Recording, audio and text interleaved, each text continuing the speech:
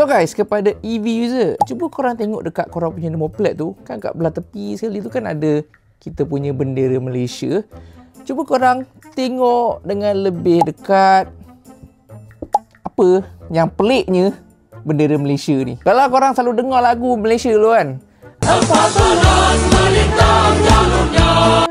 cuba korang tengok dekat bendera Malaysia yang dekat EV plate ni. Ada 13 jalur sahaja.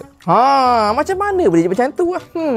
Okey, untuk yang JPJ E-plate ni, misalnya dah dimandatorikan kepada semua kereta EV. Benda pelik iaitu bendera Malaysia kurang satu jalur. Patutnya pihak yang berwajib janganlah menjadikan ini sebagai benda yang remeh.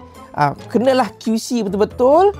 Apatah lagi melibatkan bendera Malaysia. Ibarat macam korang buang salah satu negeri, macam negeri tu tak nak pakai kereta EV pula. Mentang-mentang lah Perlis tu ada 8 orang je, korang buang Perlis. Jadi harapnya pihak MOT dan juga pihak JPJ memantau lah pengeluaran JPJ E-plate ni supaya kita tak tersalah letak bendera Malaysia.